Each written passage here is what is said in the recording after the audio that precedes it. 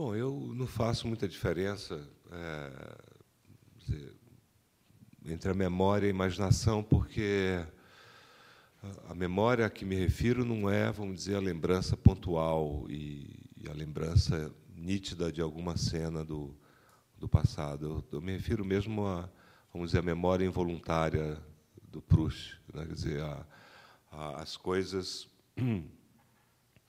as coisas que aconteceram e que você escreve não como de fato elas aconteceram, mas como elas poderiam ter acontecido, né? Então,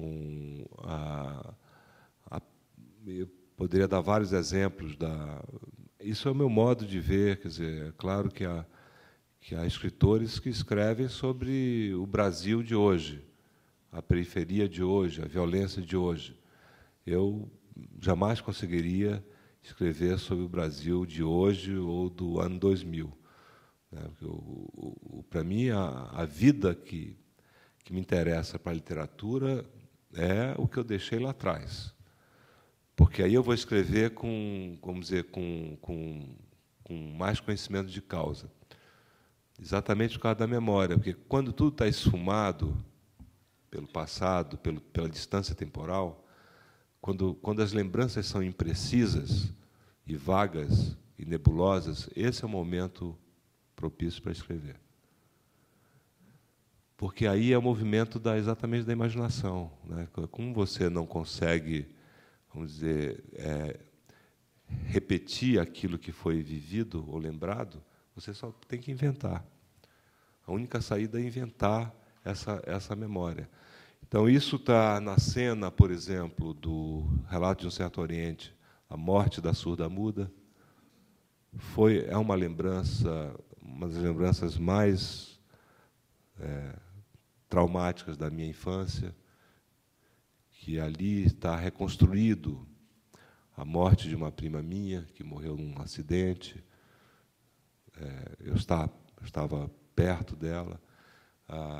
Enfim, eu acho que as cenas mais importantes, esse movimento mesmo dessas narrativas, no Órfãos, eu conto no fim do livro, no pós-fácil, como que alguma coisa dessa história foi narrada pelo meu avô, quando eu tinha uns 12 anos de idade. Tem um livro, eu vou publicar em fevereiro um livro de contos em que esse avô aparece de novo num dos contos, que até numa cena, vamos dizer assim, emblemática. A televisão chegou em Manaus em 67.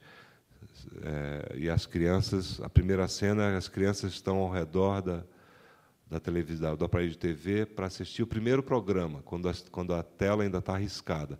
Aí entra o avô, que acaba de chegar de uma caçada, de uma pescaria, e interrompe aquela sessão, né, aquele poder da tela, e diz: não, eu vou contar uma história para vocês.